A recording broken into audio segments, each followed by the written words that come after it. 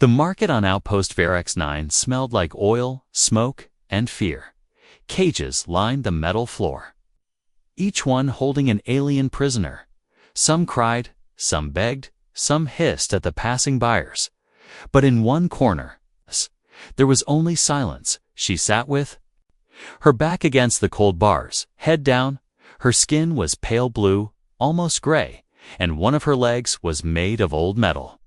The cybernetic limb sparked slightly when she moved, but she didn't move much.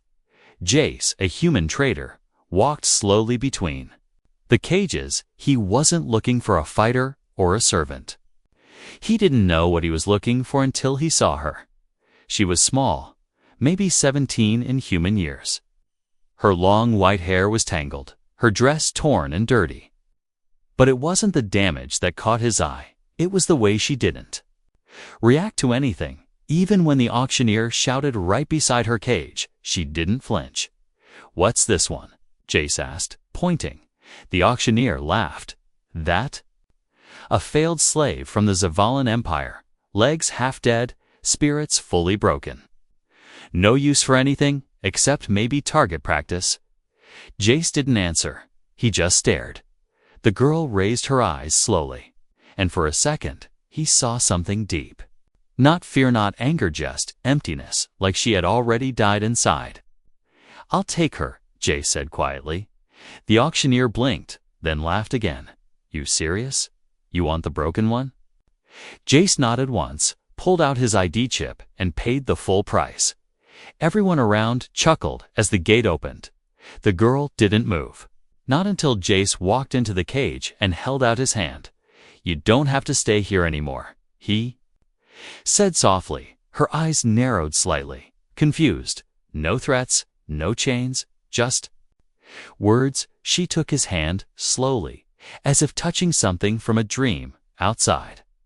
The cold wind blew across the landing pads. Jace's ship, the Emberlight, waited with its doors open. He walked beside her. Careful not to rush her, she limped, dragging her metal leg, but never looked back. Inside the ship, the lights were soft and warm. He led her to a quiet room with a clean bed, food, and a small water sink. She stood in the doorway. "Not stepping in. It's yours now," Jace said. "You're safe here." She still didn't speak. Instead, she dropped to the floor and sat, with her back against the wall. Just like in the cage, Jace didn't force her. He just placed a warm meal beside her, then left the room and closed the door gently. Hours passed, maybe more. Through the camera feed, Jace watched from the cockpit as she slowly reached for the food. Her fingers shook as she picked up the bread, like she expected it to be taken away. She ate in silence. No rush, no greed, just slow, careful bites. Then she curled up on the floor and closed her eyes. Jace sighed, leaning back in his chair. "What happened to you?" he whispered, more to himself than anyone else. He checked the data file attached to her cage tag. No name, no ID, just a code, SRN7. Species, Zavalan. Status, rejected. That word made him frown. How could someone be labeled rejected and thrown away like scrap? And yet, here she was, the next morning, when Jace entered her room. She was awake, sitting in the same spot, eyes open but distant. "I'm Jace," he said, kneeling down to her level. "I won't hurt you." She blinked once, then looked away. Still no words. That was fine. Jace had time over the next few days. He brought her simple things: new clothes, a brush, a soft blanket. He left them and said nothing. Sometimes she looked at the gifts, sometimes she ignored them. But little by little, she began to change. She brushed her hair one night when she thought no one was watching. She started sleeping in the bed. She even looked at him directly once. Though just for a second, Jace never asked her to fight or serve or train. He only asked one thing, every day, in a calm voice: "Are you okay?" And every day she stayed silent. But one night, as he turned to leave her room, he heard a whisper behind him, a single word, barely loud enough to hear. "Sarani." He stopped, turned around slowly. "What did you say?" She looked up, her eyes shining with something fear, maybe, or trust. "My name is Sarani," she whispered. Jace smiled. "Welcome home." "Sarani," he said. For the first time, her lips moved just a little. Not a full smile, but something close, and outside the window, stars burned quietly in the dark. Unseen, her journey was just beginning. The asteroid base spun slowly above a quiet blue planet. Cold and distant, inside the ember light, Jace sat alone in the control room, watching the stars drift past the viewport.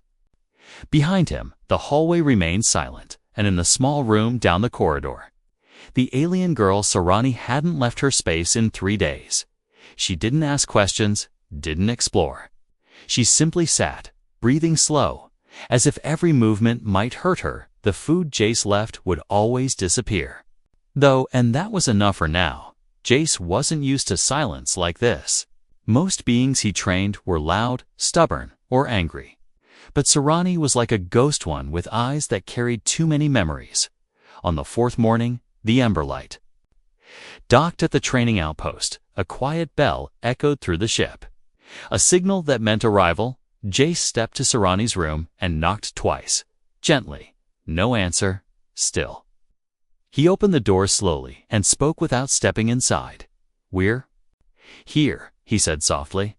"I won't make you come out, but if you're ready, you can." A full minute passed before anything happened. Then, a shuffle, soft and slow. She appeared in the hallway wearing the new clothes he'd left the day before. Still thin, still limping, but no longer hiding in the dark. Jace gave her a short nod and led her outside. The asteroid's air was thin but breathable, and the surface was lit with tall lamps that buzzed like insects.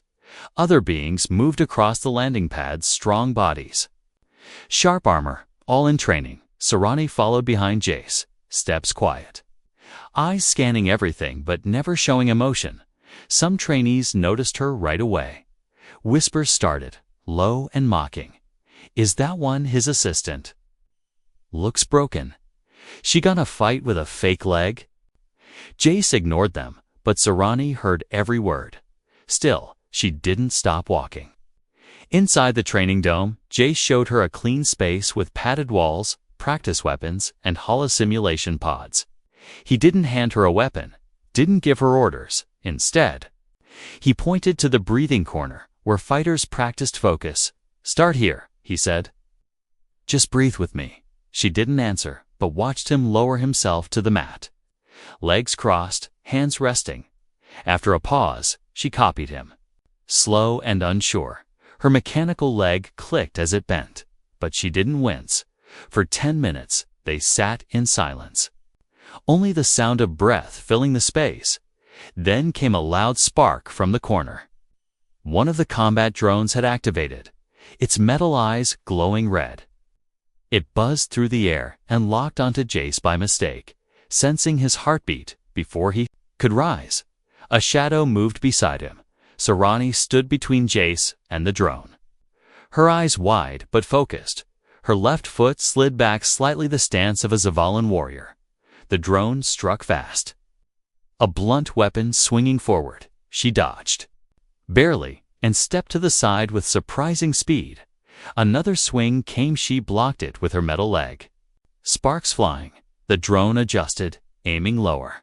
But Sarani spun once and struck it hard across the sensor.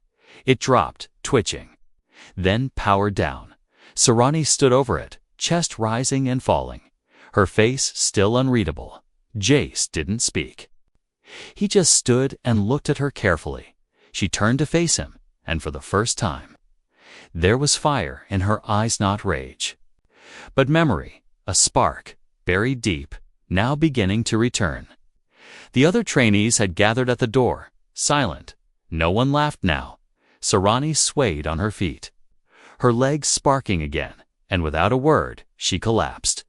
Jace rushed forward and caught her before she hit the ground. Her breath came in short gasps, her skin cold to the touch, but her eyes, they didn't hold fear anymore.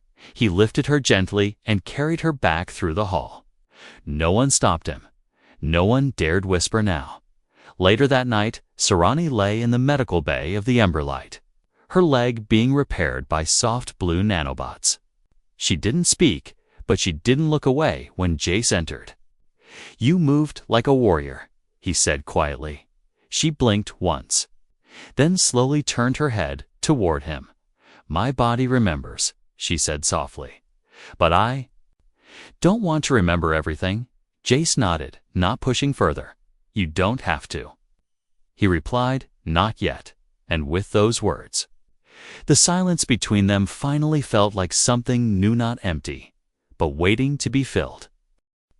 The Emberlight drifted through quiet space, far from patrol zones and war routes. Inside the ship, Sarani sat near a wide window, her eyes fixed on the endless stars. She had not spoken again since the training dome incident, but something had changed. Her hands no longer trembled when she moved, and at night, she no longer sat in the corner like a shadow. Jace noticed every little shift, but he didn't mention it. He simply made sure her meals were warm, her room stayed clean, and her repaired leg was properly adjusted. Some days they didn't speak at all. Other days, she would whisper small questions, like, "Why do you live alone? Or do you train all of them?" He answered without lies. "I trained warriors once," he said one evening, "but most of them didn't want to be more than weapons." She didn't respond, but the next day, she watched one of the training holo-recordings on her own. That same night, Jace returned to the dome and found her standing in front of a deactivated drone. Staring, she didn't move, didn't touch it, just stood as if remembering a face she once knew. Then came the moment he'd been waiting for, but didn't expect so soon. She spoke without turning. "Why did you buy me?" Jace didn't answer right away. He stepped beside her, calm. "Because I saw something no one else saw," he said. "You were still alive." Sarani finally looked up, her eyes sharp yet wounded. "I wasn't," she whispered. "Not really." He nodded slowly. "Then maybe now is your second life." She didn't reply, but she stepped toward the drone and picked up the practice staff beside it. Her grip was loose, her feet unsure, but she held it. She didn't fight that night, only stood in stance after stance. Like a ritual, in the days that followed, she returned to the dome again and again. She never asked for help, never allowed anyone to watch her. But sometimes, Jace would find sweat on the floor, or hear the soft hum of training equipment through the walls. One evening, he left a sealed tablet outside her room. Inside, it was a folder labeled Zevalon Tactics, Beginner Formations. When he checked later, the file had been opened 5 times, but Sarani was not just training her body at night. She sat alone and stared at her reflection, tracing the faint scars under her eye with one finger. Some were from blades, others from burns, but the worst ones were inside. One night, the power flickered across the outpost, the lights dimmed, and alarms chirped once, just a short warning. It was only a solar flare nearby, harmless. But Sarani's body reacted instantly. She dropped to the floor, breath tight, eyes wide. Memories poured back, chains screaming, the sound of collars locking into place. She pressed her forehead to the metal floor. Shaking, Jace rushed to her side. No questions, no words. He knelt beside her, offering only presence. After long minutes, she whispered, "I thought I'd escaped." "You did," he said gently, "but the past leaves marks." She didn't ask him to leave. In fact, for the first time, she leaned slightly toward him, just enough to feel warmth again, and that night, she fell asleep in her own bed for real sleep, not fear sleep. The next day, when she entered the dome, she didn't avoid the others. She stood in the open, stretched her limbs, and called for a drone. Jace, watching from the control room, felt something tighten in his chest. Not pride, something deeper, hope. He tapped the console and increased a difficulty setting, then leaned back and whispered, "Show them who you are, Sarani," and far below, in the glowing ring of the training dome, the girl who had once been called rejected raised her staff. No longer hiding, no longer broken, just not yet whole. Asterisk, the training dome was quiet that morning. No footsteps, no drills, no shouting from the other fighters. Only the hum of old energy lines running beneath the floor. Sarani stood in the center. Breathing slowly, her eyes closed, around her floated 6 small drones, each spinning with soft blue light. They didn't attack, not yet. This was a focused test one Jace used to measure fear response. But Sarani wasn't afraid. Not anymore. Not of drones, not of pain, not even of falling again. What frightened her now was something much worse. Her memories were returning. Each night, they came in sharp flashes. A dark room, fire on metal walls, laughter that chilled her. Bones, the warlord's voice whispering promises and punishments. Chains digging into her wrist, and her own screams echoing into silence. Sometimes she woke up gasping, her hands clenched so tight her nails left marks. Sometimes she didn't sleep at all, just sat by the window, watching the stars pass by. Like ghosts, Jace knew something was wrong. He never asked, he only left a hot drink outside her room each morning. She always took it, never thanked him with words, but the empty cup was enough. One evening, Sarani sat alone in the Emberlight's common room. The lights low, Jace entered, carrying a small cloth bundle, and set it down on the table. She glanced at it without speaking. "It's yours," he said. "I repaired the blade from your last simulation session." Inside the cloth was a short staff with Zevalon symbols etched across the metal. When she touched it, her fingers froze. The design wasn't random, it was from her old unit. She looked up slowly, a storm growing behind her calm face. "How do you know these markings?" Jace sat across from her, his voice low. "I served near your people during the last siege on Sector 12 years ago. I saw the Zevalon strike teams. How they moved, how they fought with honor." Sarani's voice cracked slightly. "There's no honor left," she said. "My unit is gone. All of them, and I survived by crawling." He didn't flinch at her words. "Surviving doesn't make you weak," he said. "It means you kept a light alive when the world tried." To put it out for a moment, she looked like she might argue, but instead, she leaned forward and whispered, "I still hear them scream. The others. When they tried to protect me, they called me Moonfire. That was my field name." Jace nodded once, then repeated it. "Moonfire." She closed her eyes, tears forming. "I don't want to be Moonfire again," she said. "That name died in the cages." "You're not her," he agreed. "But you're not just Sarani either. You're something in between. Something new." The next day, something changed. Sarani stepped into the dome. Not to train, but to speak. For the first time, she asked the other trainees for a partner. They looked at her with hesitation, unsure, but when one stepped forward and attacked too fast, she knocked him to the ground in 3 strikes. No rage, no prejudice skill. The room went silent, and then, for the first time, someone clapped. Later, Jace found her outside the dome, sitting alone with the staff across her knees. Her voice was barely a whisper when she spoke. "I used to think I was thrown away," she said, "but maybe I was just waiting for the right hands to pick me up."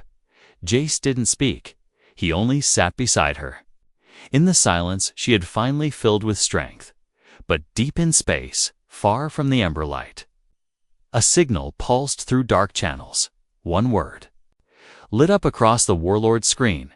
"SRN-7 detected." He leaned forward, his voice cold and sharp. "So, the broken little warrior still breathes," and the hunt began again. The alarm went off at midnight, not loud, not screaming. Just a quiet red pulse in the corners of the Emberlight's hallways. A silent warning, Someone had landed on the edge of the asteroid. Northerized. Jace was already up, pulling on his jacket. By the time he reached the control room, the ship's sensors had locked onto a small craft hidden near the mining tunnels. No transponder, no ID, just a dark shape in the dust. He tapped the screen, and the system highlighted a symbol, burned onto the hull. He froze. It was the mark of the warlord. Down the hall, Sarani stood in the shadows, holding her staff like it was part of her arm. She had felt it before the sensors did, a pressure in her chest. A cold echo from the past. She didn't wait for orders. She walked to the training dome alone, eyes focused, steps silent. Jace followed a moment later. "You don't have to face him," he said quietly, but she didn't stop. "He's here for me," she whispered. "He'll keep coming, until he drags me back Earth, until I stop running." Jace looked at her, and for the first time, he saw not just a survivor. He saw a warrior. Wounded, yes, but unshaken. Outside the dome, the asteroid's edge glowed with ship lights. And in the middle of it all, the warlord stepped down in gold armor, tall and cruel, his eyes black as ash. Soldiers stood behind him like shadows, silent and armed. He raised his voice, not loud, but deep enough to carry across the stone. "Return what belongs to me," he said, "or I'll take it by fire." Jace stepped forward. "Hands up. This base is protected by trade law." "She's free now." The warlord only smiled. "She was never free, just lost," he replied. "You didn't rescue her, human. You borrowed her." The soldiers started moving, but before anyone could fire, Sarani walked through the front gate. Head-high armor fitted to her form like it had been waiting. She stopped 10 steps from the warlord. "I'm not yours," she said, voice clear. "I was never yours." He laughed, slow and bitter. "Then prove it," he said, and tossed a curved blade at her feet. "Challenge me." The soldiers shifted, surprised. Jace's eyes widened. This was old laws of Alan tradition.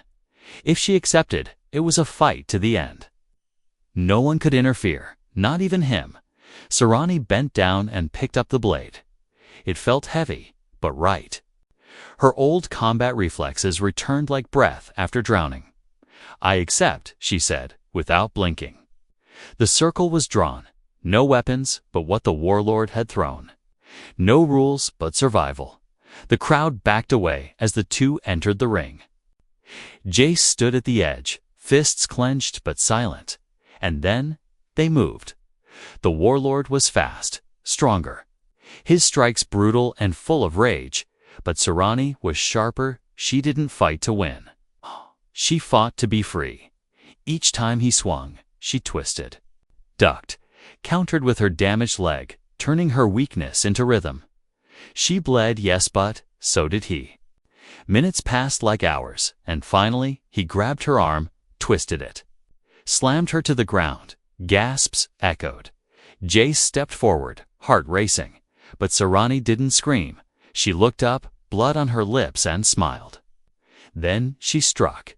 A blade hidden in her armor snapped free, and with one clean motion, she slashed across his knee. He roared, stumbled, and she rolled to her feet. One final spin, one final strike right to his chest plate. Breaking it open, the warlord fell to one knee. Growling, she stood over him, breath sharp and fast, blade pointed at his throat. Everyone waited. She could end it now. No one would stop her. But instead, she dropped the blade. "You don't deserve my rage," she said. "Only my silence." Then she turned and walked away. Leaving him kneeling in the dust, the soldiers didn't follow. They didn't even move. Jace met her halfway. Face unreadable, she didn't speak, didn't cry, but when he reached out, she let him hold her hand. Not as a master, but as someone who had never seen her as broken, not once. They left the battlefield behind, but the weight didn't vanish. Sarani sat inside the emberlight, her arm wrapped in cloth, her side still sore from the fight outside the medbay window. The stars drifted like glowing snow. The warlord's ship had been taken away. He survived, humiliated, but alive. The outpost was quiet, and for once, no one whispered when she passed. No one stared, no one laughed. They simply nodded, like she was one of them now. A warrior, not a shadow, but Sarani didn't feel like a hero. She felt empty. That night, she stood in the corridor, unsure where to go. She didn't want her room, didn't want silence. So she knocked on the only door that made sense. Jace opened it half asleep, shirt wrinkled, eyes blinking. Sarani. She didn't explain. She just stepped in and sat down on the floor beside his work table. He didn't ask questions. They sat like that for a while, both quiet, both tired. The hum of the ship filled the silence. Warm and steady. Then Sarani spoke, her voice soft but firm. Do you think I'm still broken? Jace looked at her, eyes thoughtful. No, he said. I think you've been bent, hurt. Bent again, but not broken. You're still here. Still standing, she nodded slowly. I don't remember what it feels like to live without fear, she whispered. Even now, when I sleep, I expect chains. Jace didn't try to fix it. He just said, then we keep walking, one day at a time. Until the fear becomes smaller. For the first time in days, she closed her eyes and leaned her head back against the wall. And she slept, not from exhaustion, but from trust. The next morning, something shifted across the asteroid. A message came through the station's old relay tower, encrypted ancient Kodzavallan war language. Jace opened it cautiously, his fingers hovering over the screen. The message was short, only a name, Sarani. And a location sector Delta 7. Below that, a pulse signal someone was calling her. Someone from her past. When she saw it, she froze. I thought they were all gone. She said, voice cracking, all of them. Jace waited, letting her process it. If there's a chance someone's alive. She said, standing, then I have to go. He nodded, already preparing the ship for flight. You're not going alone, he said. Hours later, the Ember Light soared into deep space. Cutting across forgotten routes, the others on the asteroid watched it vanish like a streak of fire. Inside the ship, Sarani stood in the weapons bay, staring at her reflection in the polished metal wall. She wore new armor now light, fitted, marked with her people's crest and her own initials. Sarani, not SRN-7, not property, not a prisoner. She touched the blade at her hip and whispered to herself, if any of them survived, they'll need me. And behind her, Jace simply said, then let's go bring them home. As the stars stretched around them, Sarani felt something rise in her chest. Not fear this time, not pain, but something brighter, hope. The signal led them to the edge of known space, beyond the star charts, beyond the trade lanes into the cold dark where no ships patrolled anymore. Jace piloted the Ember Light through asteroid fields and silent nebulae, his hands steady on. The control Sarani stood beside him, silent eyes locked on the screen that pulsed with one blinking dot. They didn't speak much during the journey. Some things were too heavy for words. But every hour that passed made her stand straighter, walk firmer, breathe deeper. This wasn't a rescue mission. It was something older, something sacred. She wasn't just searching for her people, she was searching for herself. Finally, the Ember Light dropped out of warp. Before them drifted a half-broken Xivalan ship, hull scarred by battle and time. No power signatures, no weapons active, just a ghost floating in space, life signs. Jace asked quietly. One Sarani replied, voice barely above a breath. Faint. They boarded in silence. The docking bay cracked open like a wounded mouth. Inside, the halls were dark and frozen, walls stained with old blood. Sarani moved without hesitation, the staff in her hand glowing faintly. This ship was from her unit. She remembered every corridor, every door. At the far end of the crew deck, a sealed chamber hissed open. Inside lay a Zavalan female Lolder, frail. One leg missing, she opened her eyes as Serani entered, her lips trembling, moonfire. The woman whispered. Serani dropped to her knees. "Commander Rella." She breathed. "You're alive." The older woman tried to sit up but couldn't, only just. "They told us you were dead, taken, broken." Serani shook her head, tears filling her eyes. "I was lost," she said, "but I'm not anymore." Jace stepped inside, watching the moment quietly. The commander looked at him with tired eyes. "You're the one who saved her," she said. "I didn't think a human would be the one to restore a Zavalan soul." Jace said nothing. Instead, he looked at Serani and said, "She did that herself.